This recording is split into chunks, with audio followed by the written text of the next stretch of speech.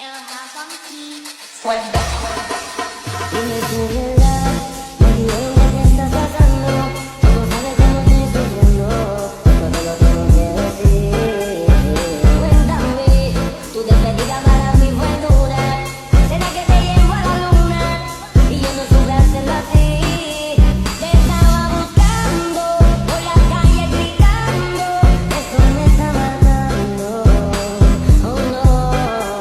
Te estaba buscando, por la calle gritando. Perkenalkan, nama saya Gunapatara dengan NIM akhir 65. Di sini saya akan menjelaskan terkait folder app yang kami gunakan dalam proyek aplikasi perpustakaan yang kita buat.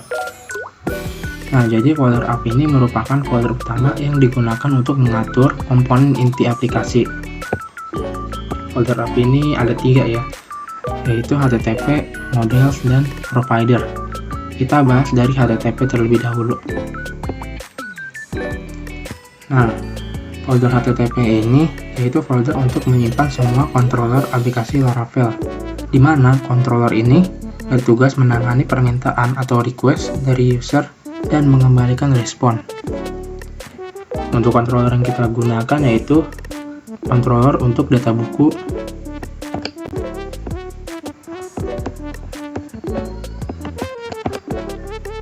controller untuk home atau beranda,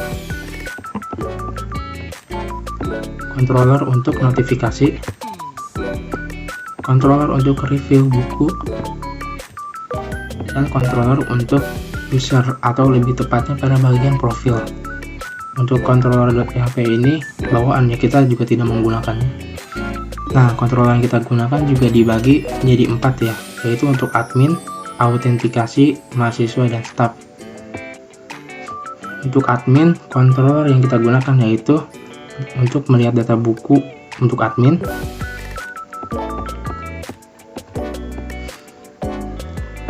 lalu controller untuk dashboard untuk admin, controller report untuk admin, dan terakhir controller user untuk admin. Nah, selanjutnya ke autentikasi. Yang kami gunakan yaitu controller untuk login dan controller untuk register. Selanjutnya mahasiswa. Controller yang kami gunakan yaitu untuk data buku yang bisa diakses mahasiswa. Selanjutnya dashboard mahasiswa. Terus controller peminjaman buku untuk mahasiswa. Lalu controller untuk review buku yang dilakukan oleh mahasiswa. Selanjutnya untuk staff atau petugas, yaitu controller untuk data buku yang dikelola oleh staff. Lalu controller dashboard untuk staff. Lalu peminjaman yang dilakukan oleh mahasiswa yang dikelola oleh staff. Dan terakhir yaitu controller report untuk staff. Oke, selanjutnya kita akan ke folder model. Nah, folder model ini yaitu folder untuk menyimpan semua model aplikasi Laravel yang berfungsi sebagai representasi tabel database dalam bentuk objek. Model juga bertugas untuk menangani logika data aplikasi. Nah, model yang kami gunakan yaitu model untuk mengelola data buku,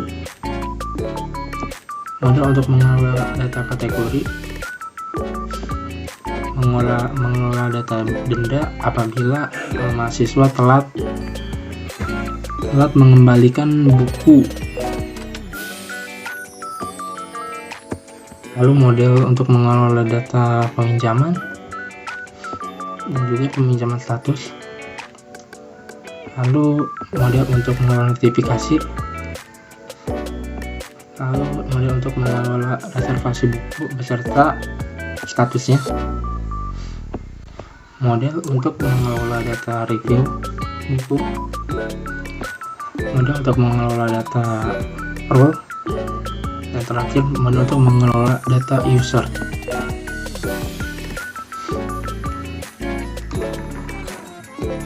Nah, selanjutnya kita ke folder provider.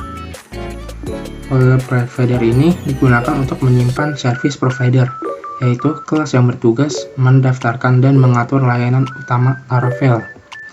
Tapi di sini kita tidak menggunakan ya, karena aplikasi yang kita buat ini bisa dibilang sederhana dan juga tidak memerlukan konfigurasi layanan yang rumit.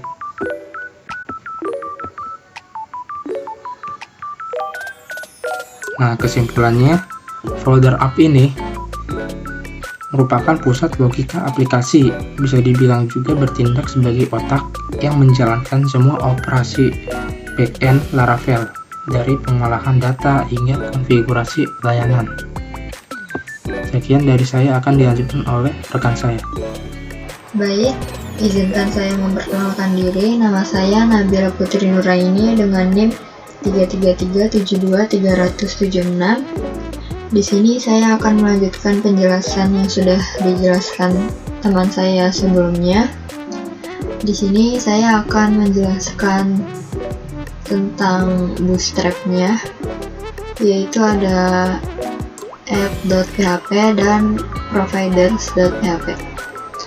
Untuk app.php, kode ini digunakan untuk menginisiasi aplikasi Laravel dengan mengatur konfigurasi dasar seperti direktori utama, proyek, rute yang digunakan, middleware, dan penanganan error atau pengecualian. Proses ini memastikan bahwa semua komponen aplikasi terhubung dan siap untuk digunakan saat aplikasi dijalankan. Pada akhirnya, kode ini membuat instansi aplikasi Laravel yang akan menjadi inti dari semua operasi framework, seperti memproses permintaan, menangani root, dan menjalankan middleware.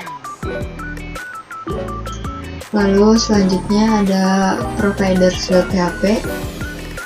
Ini adalah bagian dari konfigurasi aplikasi Laravel yang mengembalikan array daftar penyedia layanan atau service provider. Lalu selanjutnya di bagian folder config ada yang pertama ada app.php.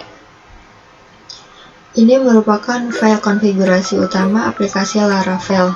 Fungsinya adalah untuk mengatur pengaturan dasar aplikasi seperti nama, lingkungan kerja, mode debug, zona waktu, bahasa,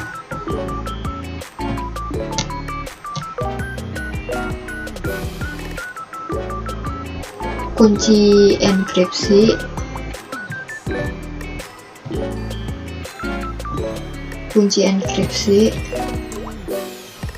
dan pengaturan mode pemeliharaan.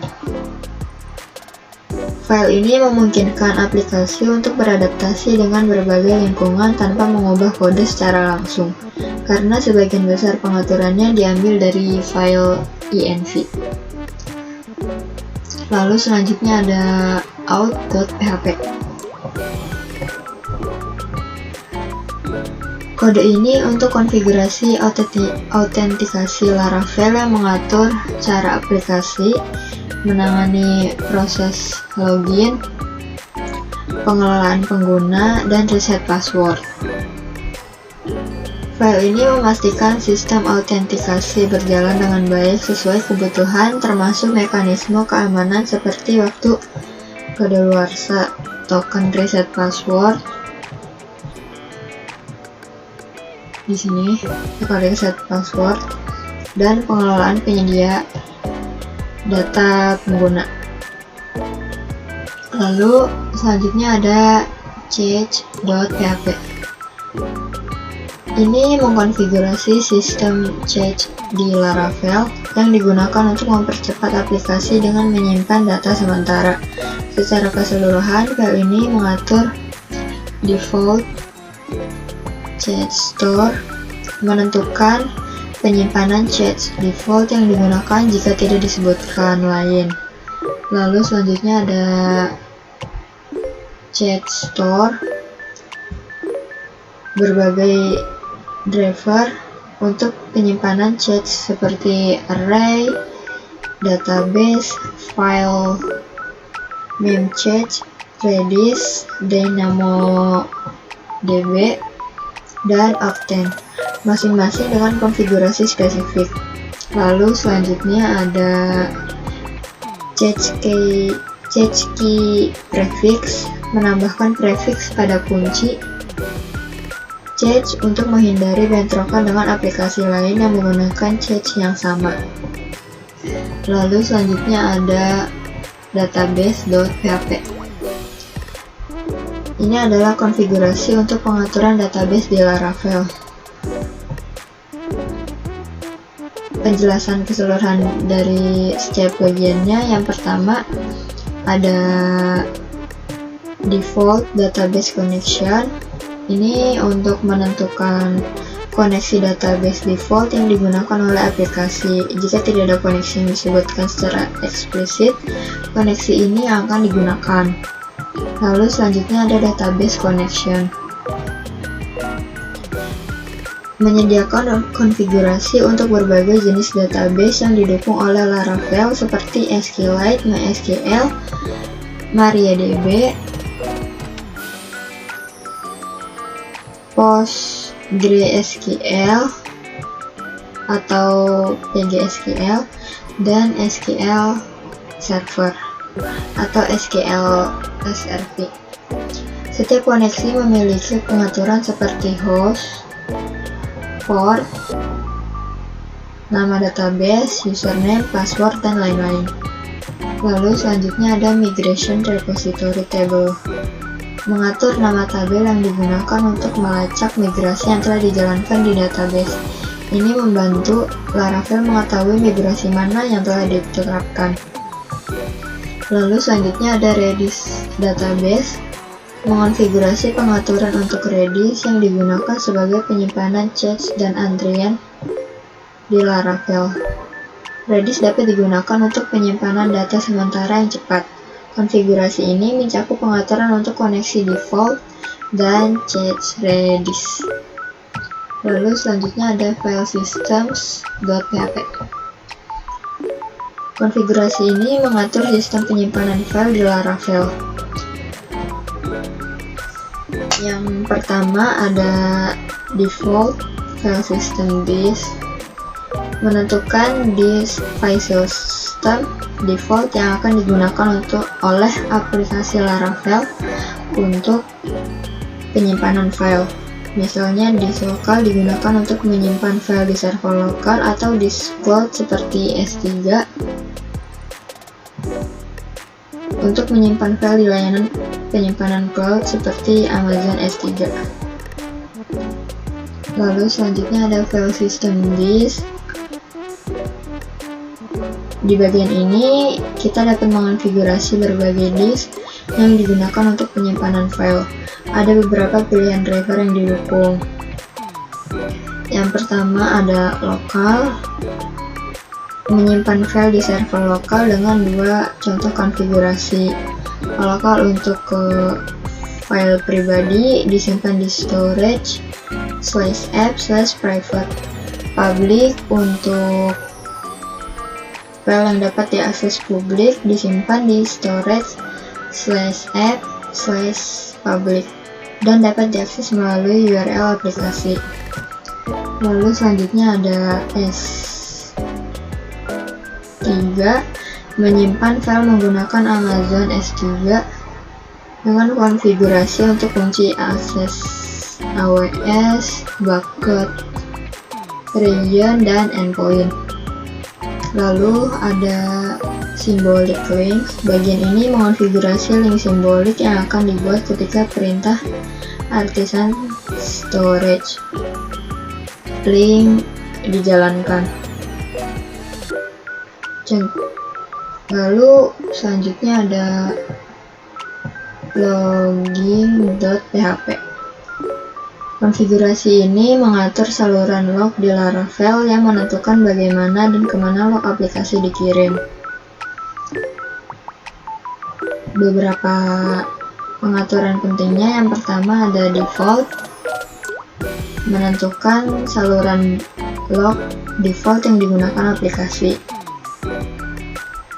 Lalu selanjutnya ada deprecation, menyimpan log terkait penggunaan fitur yang deprecate, memungkinkan pengaturan pelacakan fitur-fitur yang akan hilang di versi mendatang. Lalu selanjutnya ada channels, menentukan saluran log yang dapat digunakan,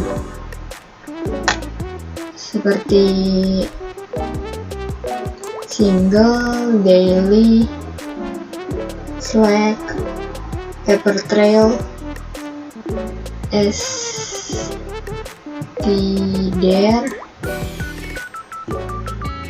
sizelog, errorlog, dan null. Lalu selanjutnya ada mail.php. Konfigurasi ini mengatur pengiriman email di Laravel. Di sini default untuk menentukan mailer default seperti log untuk mencatat email di log. Lalu selanjutnya mailers. Di sini untuk mengonfigurasi berbagai mailer seperti SMTP, SES, SendMail, dan lainnya untuk mengirim email.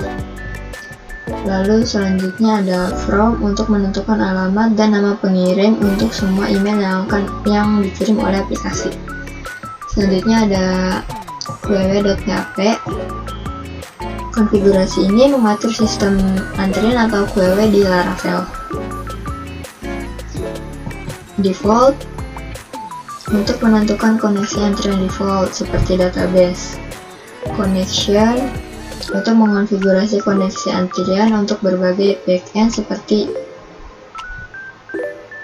Sign, database, Beanstalk, SQS, dan Redis. Lalu selanjutnya ada batching, mengonfigurasi database dan tabel untuk penyimpanan informasi batch pekerjaan. Lalu selanjutnya ada failed, menentukan bagaimana dan di mana pekerjaan antrian yang gagal disimpan dengan driver. Lalu selanjutnya ada service.php. Konfigurasi ini menyimpan kredensial untuk layanan pihak ketiga seperti Postmark, SES, Resend, dan Slack. Postmark itu token untuk layanan email Postmark. SES itu kunci akses dan rahasia.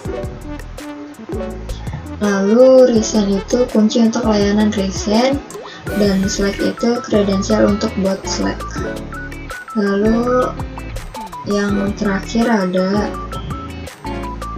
session.php. Di sini ada beberapa. Yang pertama ada driver, itu menentukan lokasi penyimpanan session. Lalu selanjutnya ada lifetime, menentukan durasi session bertahan sebelum kadaluarsa. Lalu selanjutnya ada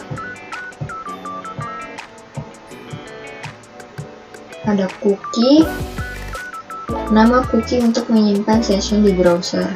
Lalu selanjutnya ada table.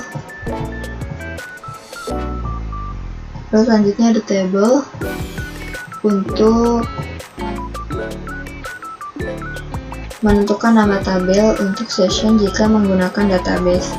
Lalu selanjutnya ada secure untuk menentukan apakah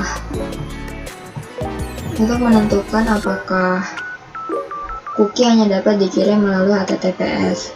Lalu yang terakhir ada SameSite, pengaturan cookie untuk menghindari serangan CSRF.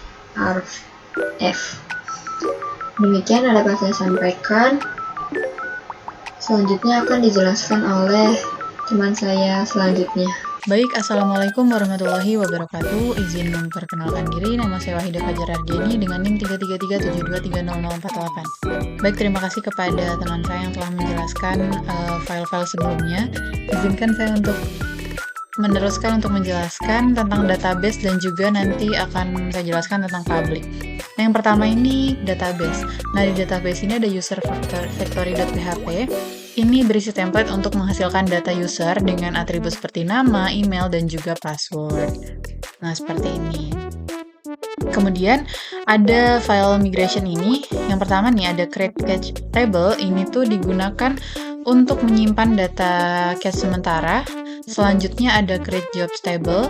Ini digunakan untuk menyimpan antrean pekerjaan seperti pengiriman email yang dijadwalkan. Nah, selanjutnya ini ada create roles table. Ini digunakan untuk membuat table roles yang biasanya berisi jenis peran pengguna seperti admin atau member. Nah, selanjutnya ada create user table.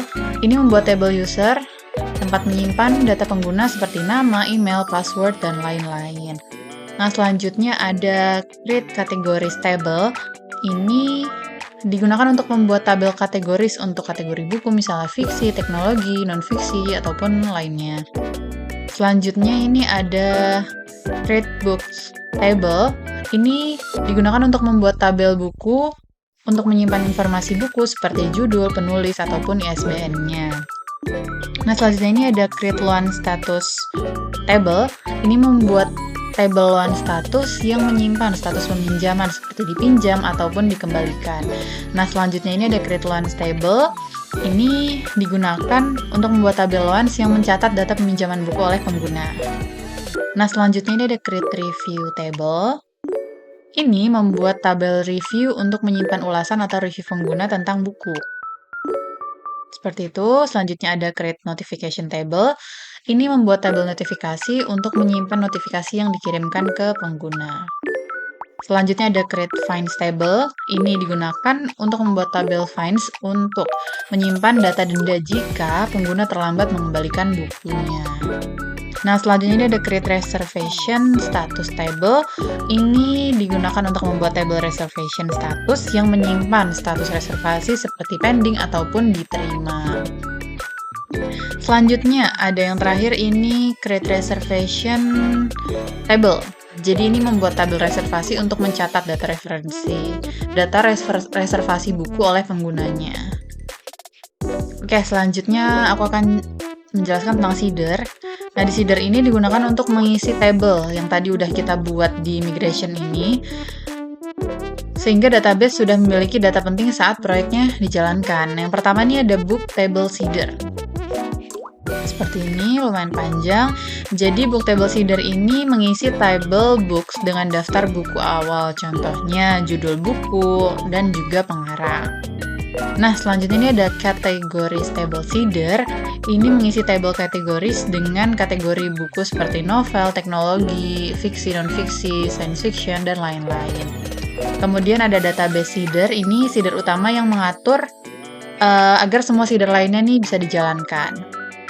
Selanjutnya ini ada loan status table seeder. Ini mengisi table loan status dengan status peminjaman default seperti dipinjam ataupun dikembalikan, borrowed return seperti ini.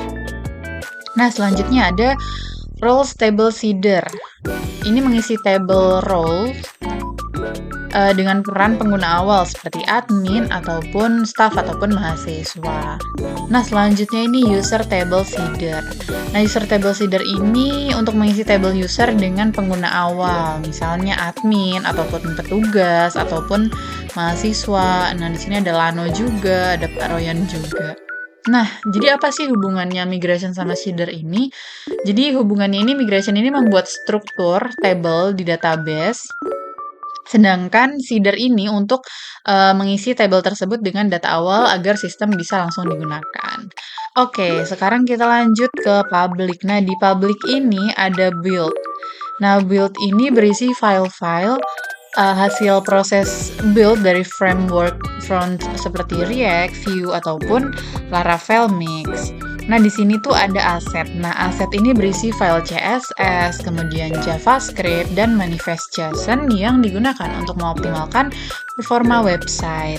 Nah, di sini ada 5HJ1 DOS CSS ini, kemudian ada ini juga kemudian ada manifest JSON juga, dan di sini ada CSS nih. Nah, CSS ini folder yang menyimpan file CSS khusus untuk styling manual. Nah, di style CSS ini, file CSS utama untuk mengatur tampilan website, kayak warnanya, kemudian pixel-pixelnya. Nah, kita aturnya di style.css ini. Disesuaikan aja, misalnya home-nya pengen warna apa, kita bisa ngaturnya di sini. Nah, selanjutnya ini ada image. Nah, image ini tempat untuk menyimpan file-file gambar seperti logo, icon, atau ilustrasi yang digunakan pada website ini. Nah, di sini udah banyak nih gambar-gambar yang digunakan pada website ini. Oke, jadi lanjut di sini tuh ada folder JS ini untuk menyimpan file JavaScript yang digunakan untuk interaksi atau logika front. Nah, di sini ada custom JS. Di sini tuh berisi script JavaScript custom untuk menambah fungsi interaksi pada website. Seperti itu. Kemudian ada style. Nah, style ini digunakan untuk menyimpan file CSS, tetapi biasanya digunakan untuk desain yang lebih spesifik. Nah, di sini tuh ada design card.css. Ini tuh file CSS untuk mengatur desain kartu atau elemen khusus lainnya. Nah, terus di sini ada index.php. Ini tuh file utama yang menjadi pintu masuk ke aplikasi Laravel.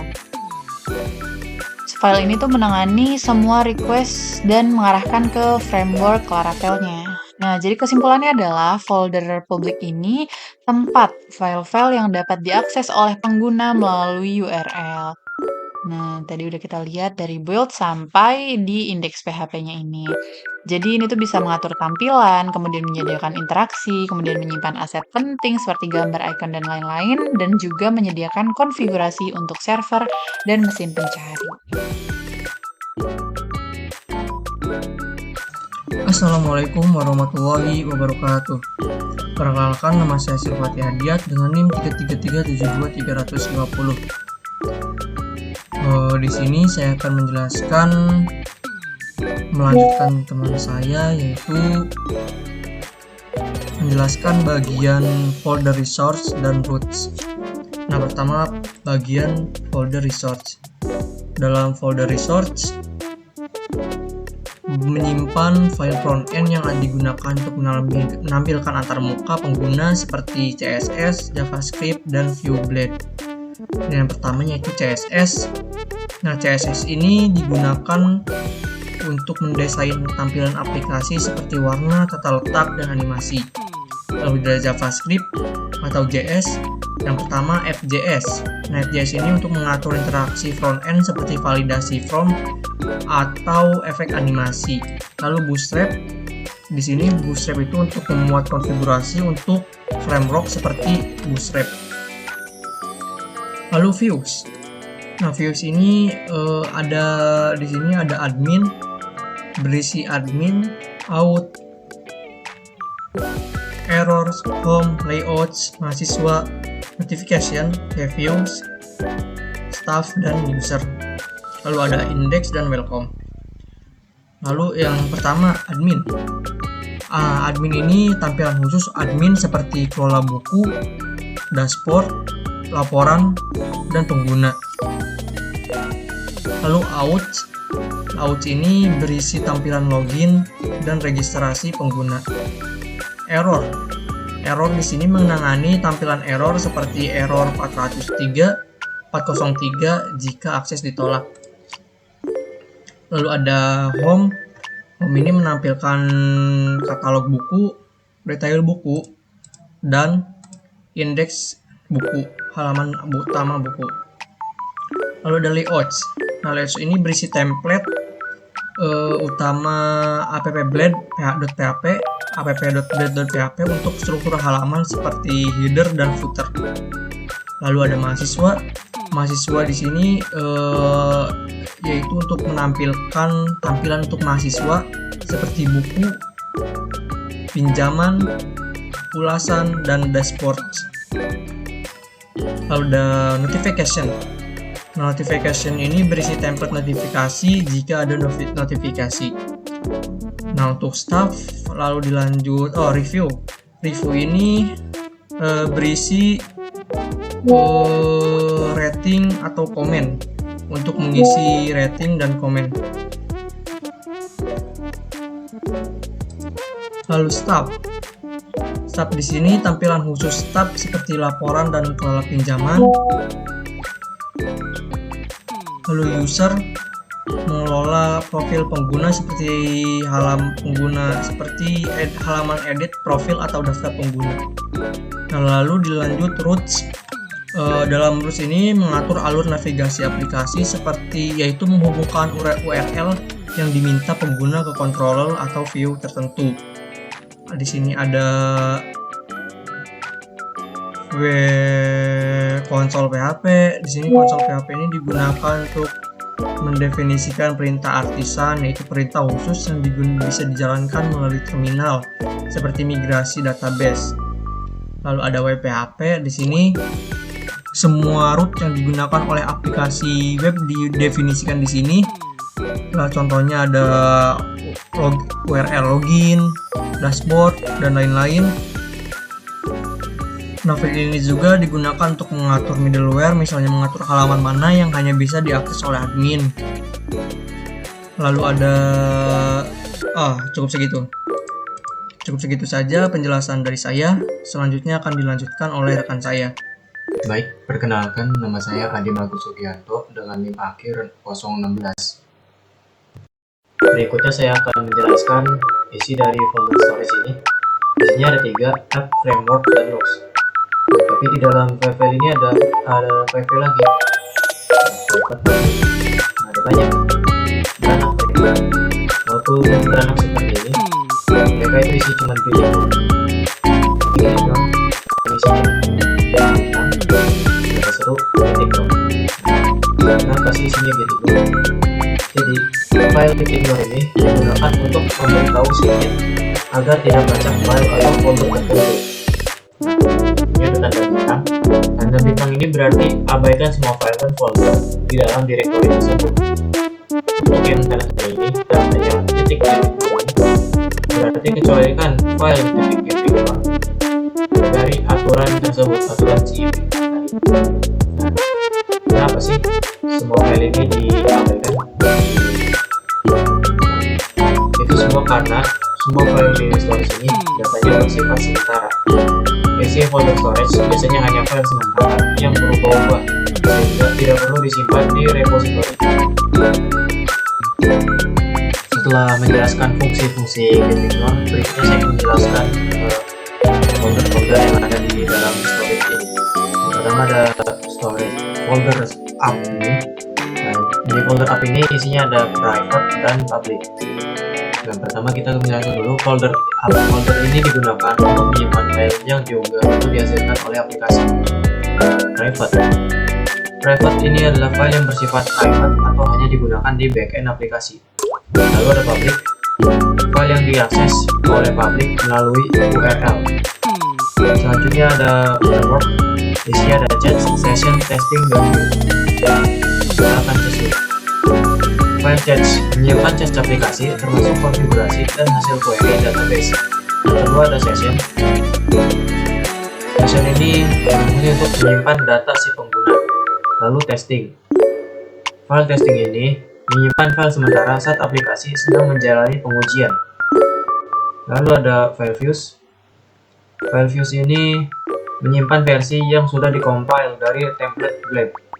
Nah, jadi untuk si fungsi utama dari framework ini yaitu menyimpan file sementara yang mendukung proses aplikasi seperti sesi, change, dan template lab yang sudah dikompil. Ini terakhir ada folder log. Ini folder yang digunakan untuk mencatat log aplikasi. Berikutnya saya akan menjelaskan file INV ini, tapi saya nggak akan menjelaskan semuanya. Saya ingin fokus ke sini aja, bagian catatan PC ini. Oke.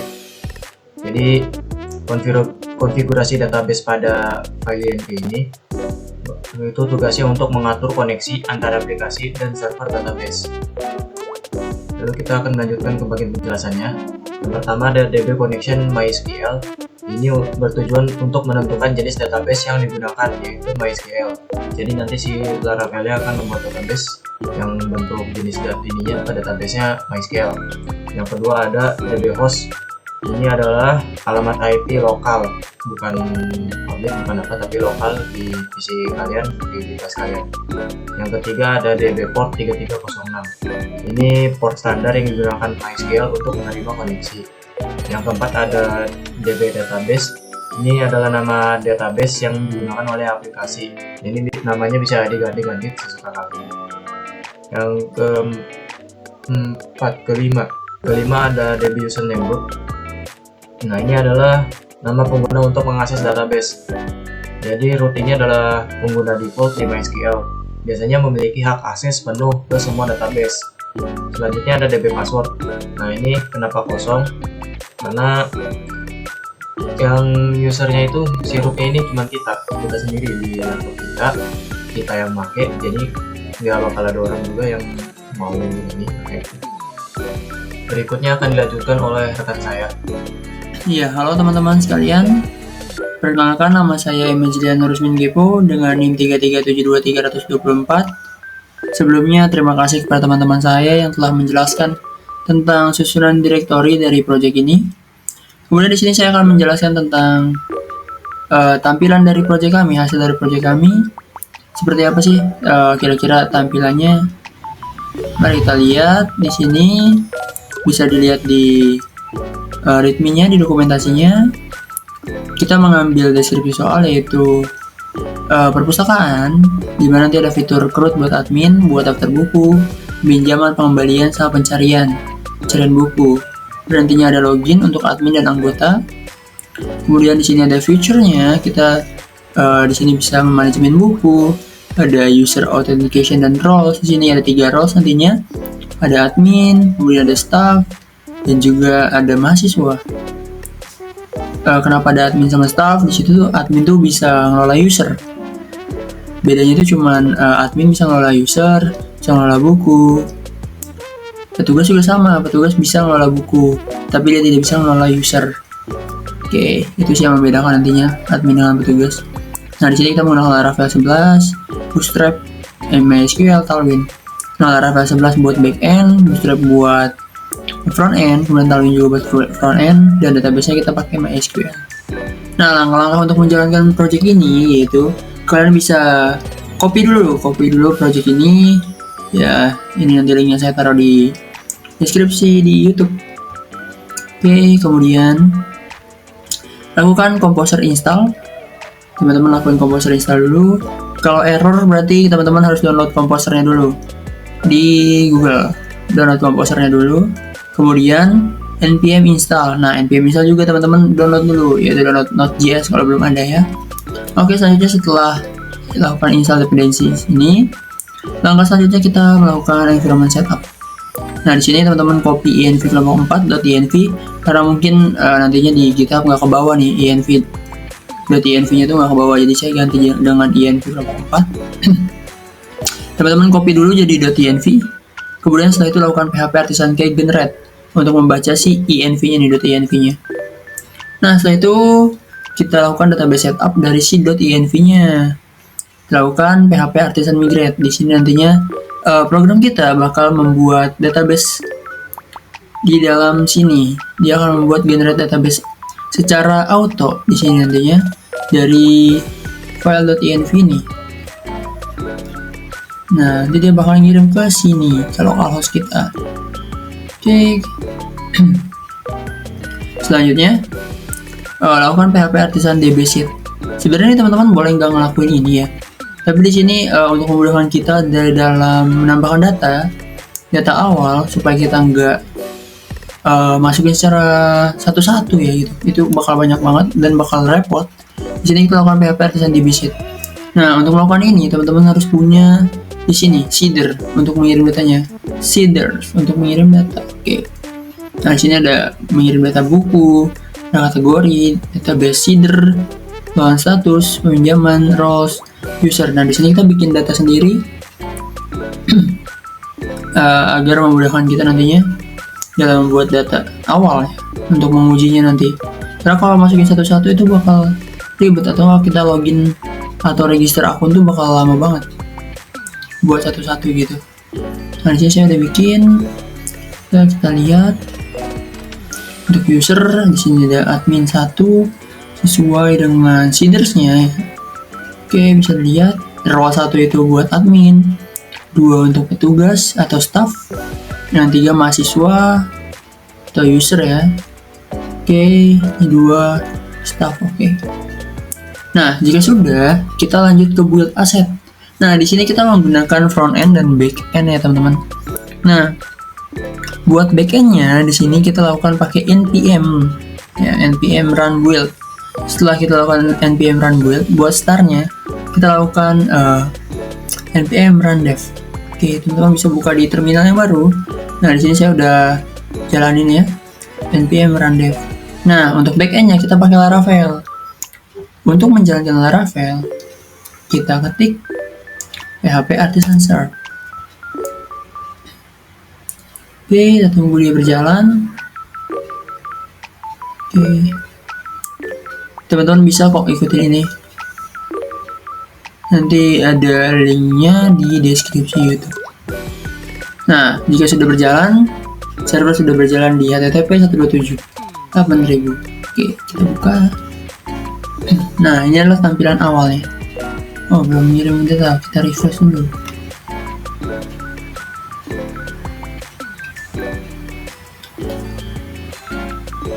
Kita tunggu. Oke, dia sudah masuk. Oke. Ya, ini adalah tampilan awal dari project ini, yaitu perpustakaan. Oke. Welcome to our library. Buku adalah jendela dunia. Ayo jelajahi buku. Oke, ini adalah tampilan awalnya. Kita udah bisa lihat di sini ada katalog-katalog buku.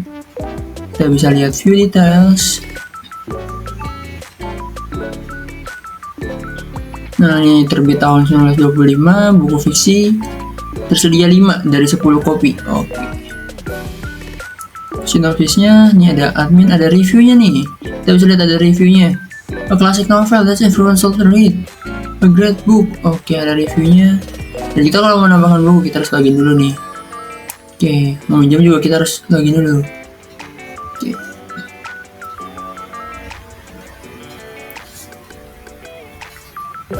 Nah, di sini juga kita bisa nyari buku ya. Ada fitur search juga kalau mau nyari buku.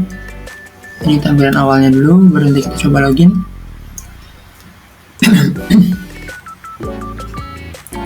Ya, oke, ketemu ya. Oke, kemudian kita login. Kita lihat ada fitur-fitur apa aja di dalam login ini.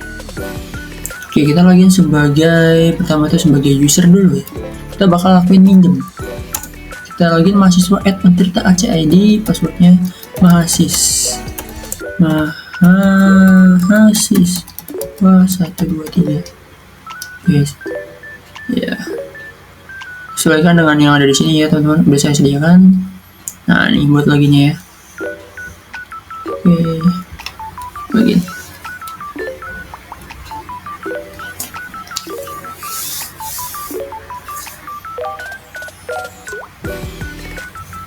Nantinya tampilan buat admin, staff, dan mahasiswa itu agak sedikit berbeda. Nah, ini tampilan mahasiswa dashboardnya. Kita bisa lihat. Oke, tunggu. Di sini bakal ada statistik. Di sini kita bikin pakai Bootstrap sama Tailwind ya.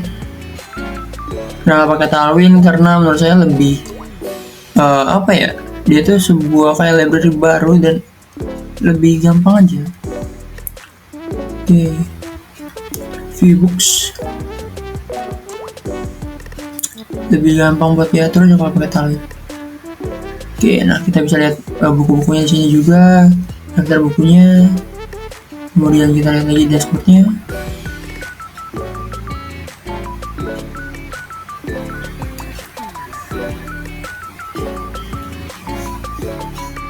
Nah, kita akan melakukan peminjaman. Kita lihat dulu my loans, apa sudah ada? Sudah ada buku yang kita pinjam atau belum nih? Oh, masih kosong. Oke, kita coba tambahin peminjaman, kita tambahin buku. Jangan di sini deh, kita langsung di sini aja cobainnya. Biar lebih kerasa nih. Oke. Mahasiswa. Oke. Kita mau minjem buku. Boleh deh ini deh. Oke. Kita pinjem nih bukunya.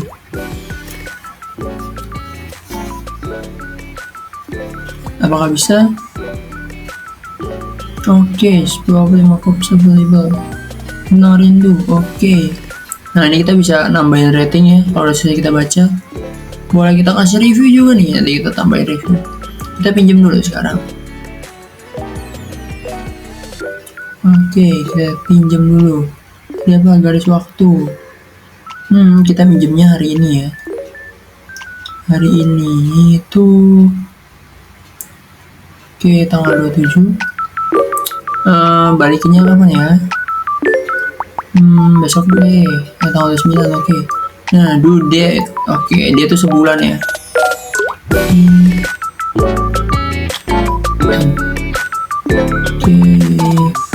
Itu ada batas harinya ya. Oke. Ini kalau kita nggak balikin di tanggal segini nanti kita kena denda. Oke, lanjut. Cuman nggak bisa kita lakukan karena ini pakai timenya secara live ya. ETC. Nah, oke, masuk ya total books borrowed. Nah, oke. Tapi di sini kita belum dikonfirmasi nih, kita mau minjem tapi belum ngambil nih. Kita baru minjem nih, kita ngajuin nih di sini. Oke, waiting. Kita udah minjem tapi belum dikonfirmasi nih sama petugasnya. Kita login sebagai petugas dulu buat mengkonfirmasi buku kita gitu, buat ngambil. Oke. Kita login dulu. Nah, di sini nanti petugas bakal mengkonfirmasi.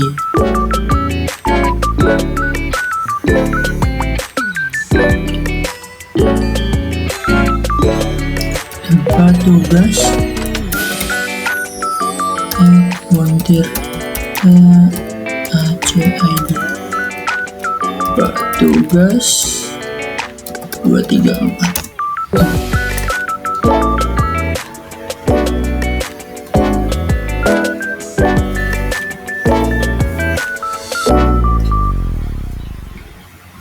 Tunggu dia login dulu.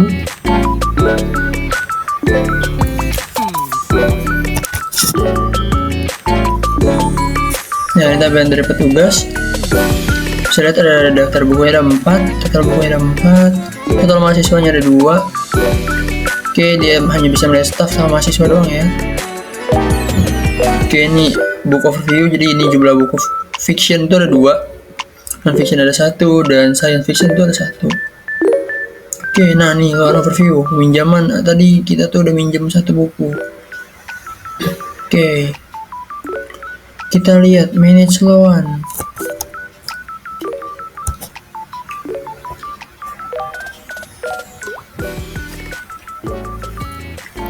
Nah, di sini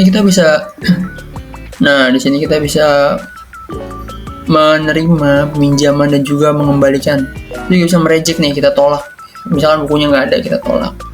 Atau mungkin dia sudah mengembalikan, kita ambil berarti. Nah, di sini tapi statusnya waiting. Kita approve dulu nih.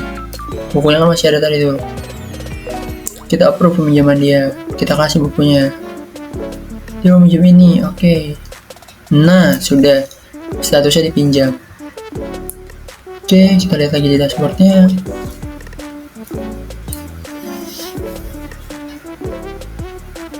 Nah, di sini kita lihat loans report.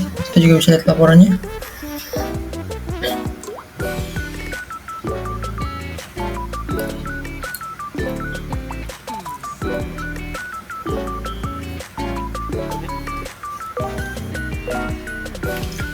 Oke, garis waktu mahasiswa ya.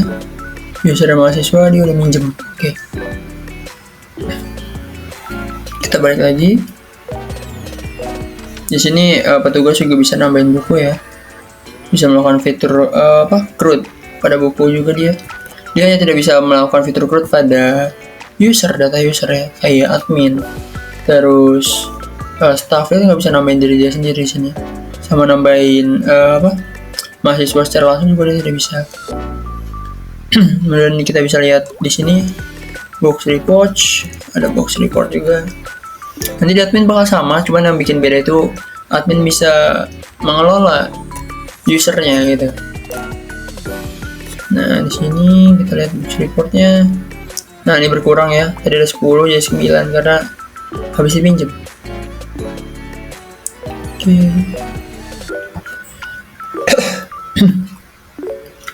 Oke, sudah. Mungkin kita coba hapus buku kali ya. Di admin sama aja, nanti bakal ada hapus buku juga. Oke, manage loan, manage book, di sini kita bisa. Tapi kita lagi sebagai admin aja. Untuk hapus bukunya nggak apa. Di sini sama aja sih sebenarnya. Ya bikin beda dia cuma di bagian user aja sih. Nah, ini kita bisa edit sama delete. Kita login sebagai admin aja. Dia bisa melakukan fitur crowd di sini, add new book, edit, delete. Ini ada buku, cuma dia nggak bisa melakukan fitur crowd pada user. Itu bedanya petugas. Duh, pencet. Kita login aja dulu. Oke, kita login sebagai admin. Admin @untirta.id. Oke. Admin dari kominfo nih guys. 1 2 3 4 guys. Oke. Oke, kita tunggu dia berjalan.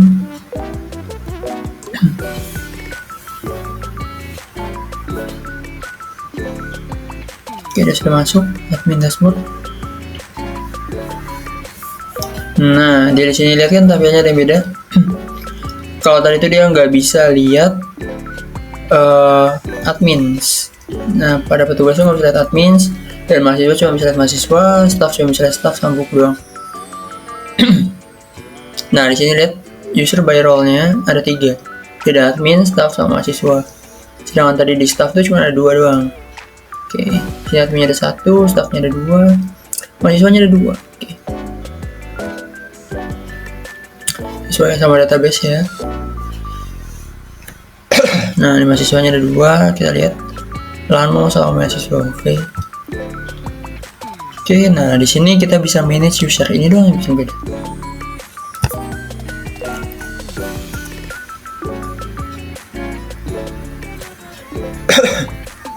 Nah, di sini kita bisa manage user, kita bisa nambahin, kita lakuin edit, model kita edit deh.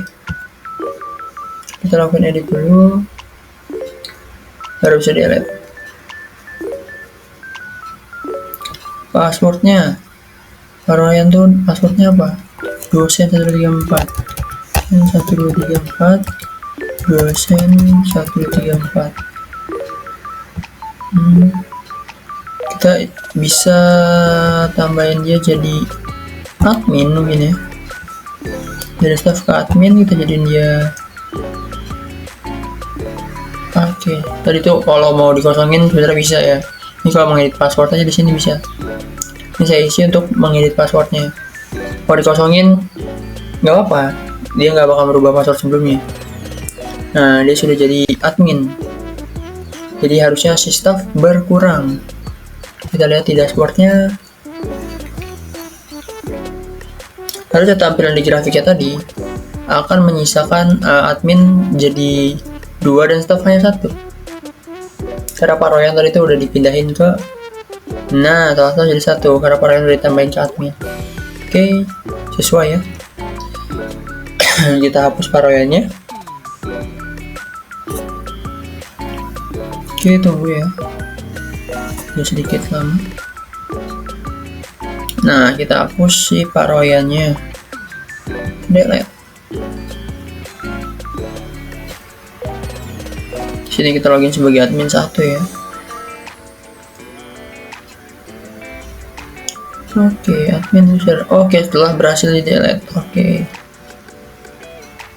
Admin user.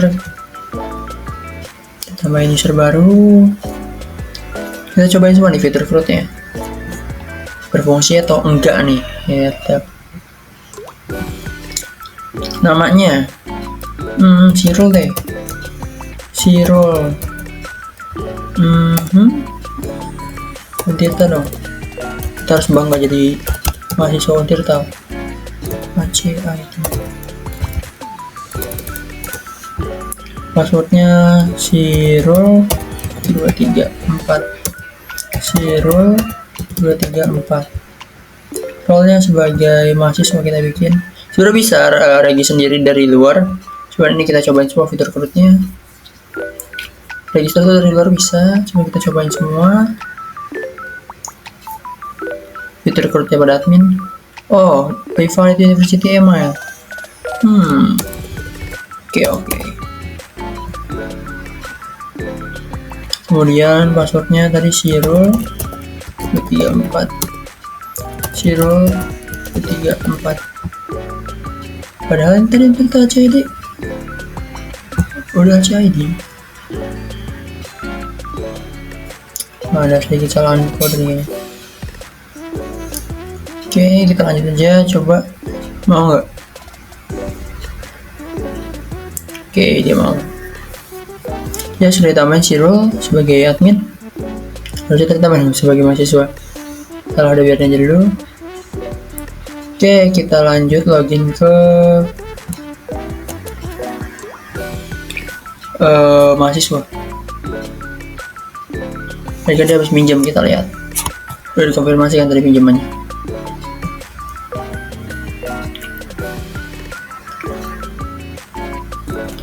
Kita login sebagai mahasiswa. Mahasiswa 134. Wah, salah password.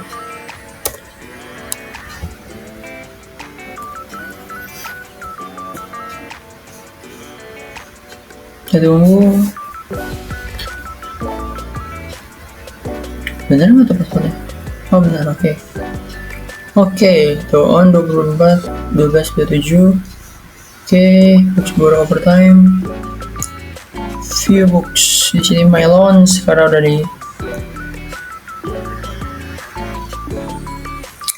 konfirmasi tadi pinjamannya. Kita lihat apa berubah. Oke, sudah berubah. Kita bisa kembalikan kalau udah selesai baca. Oh iya, kita cobain fitur tadi ngasih rating. Nah, fitur tambahan tuh kita bisa ngasih rating sama komentar. Nah, sini ada notifikasi masuk tuh. Tadi bisa kita lihat notifikasinya. Tadi kita minjem ini dari suatu. Kita kasih rating dia. Jangan lupa kasih rating. Habis dibaca langsung di rating.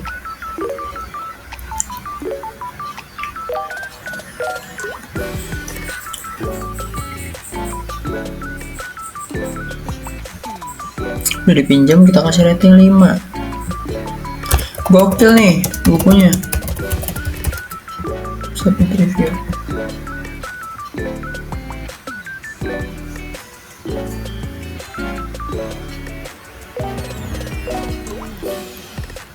Nah, oke.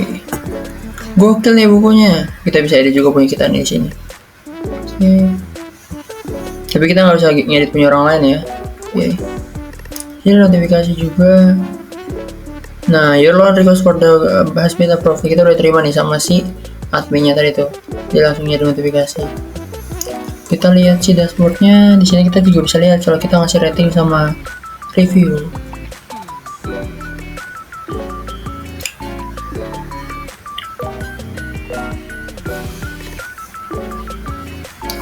Nah, total review 1. Oke, nah nih my review. Gokil nih bukunya, rating 5. Oke. Kita balikin tadi bukunya, return apakah berubah? Borrowednya, total reviewnya. Total review udah tetap ya. Kita balikin aja. Hop. Return, kita tinggal tambah buku. Tadi tambah buku belum dilakukan. Oke, waiting. Nah, pas banget nih. Kita login sebagai petugas.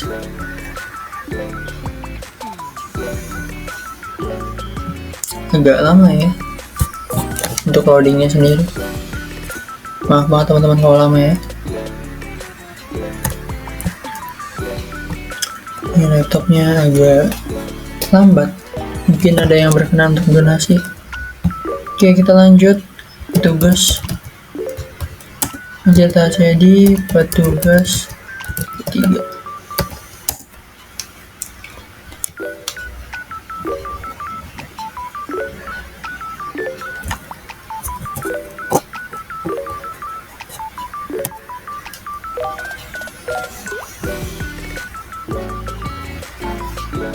Oke, Nah, kita lihat baliknya di sini, manage count. Itu ada notifikasi tuh. Oh, ada yang ngebalikin ya. Nah, dari notifikasinya. Nah, mahasiswa ingin mengembalikan buku garis waktu nih. Kita confirm. Dia mau ngembaliin nih. Oh, udah ngembaliin, kita konfirmasi kalau dia udah ngembaliin.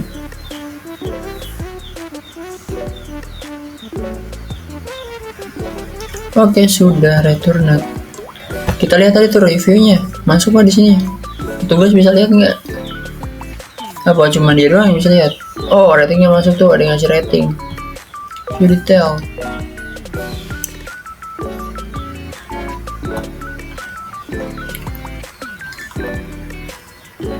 Sini petugas juga bisa ngasih review ya, teman-teman. Tuh kan kita nggak bisa ngedit, cuman user sendiri yang bisa ngedit rating dia sama komentar dia sendiri tuh. Kita nggak bisa ngapa-ngapain, jadi komentar orang lain nggak bisa kita hapus ya, walaupun kita petugas atau admin, karena nggak boleh ya guys. Itu kebijakan dari usernya sendiri. Kasian banget tuh udah komen dihapus sama kita. Ya bisa sih kita hapus dari database-nya, cuman kan kasihan, jangan dong. Oke, masa dibungkam, jelek bukunya nih guys. Bintang 1 kan tulisannya typo, so udah ngatain typo tulisannya.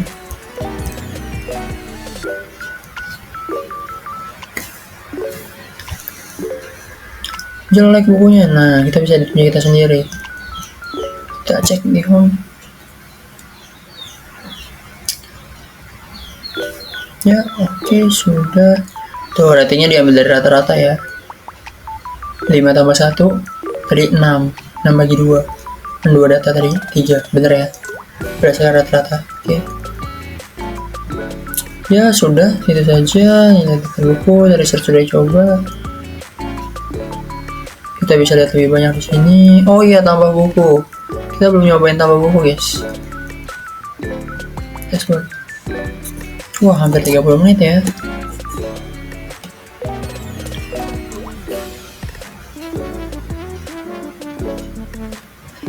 Kita tunggu.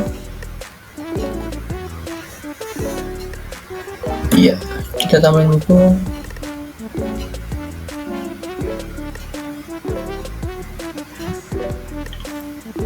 Lihat nih bu, nih fotonya random aja. Terus ini kita bakal pakai foto sampulnya. Cerita kita.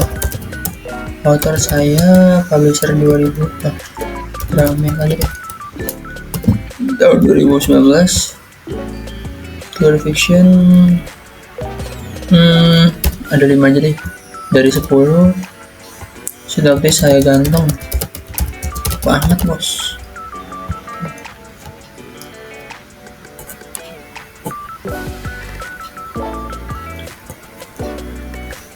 Kita tunggu dia ngambil dari file kita, di record kita. Tunggu dulu. Ayo muncul, lama banget.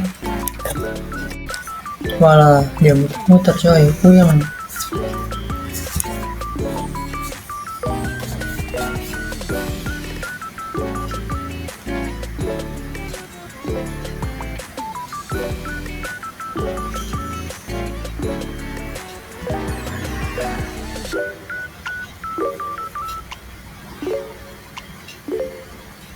Kita ambil dari picture misalkan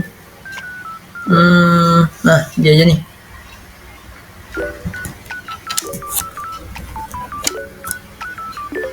Oke, sudah di-upload. Add book.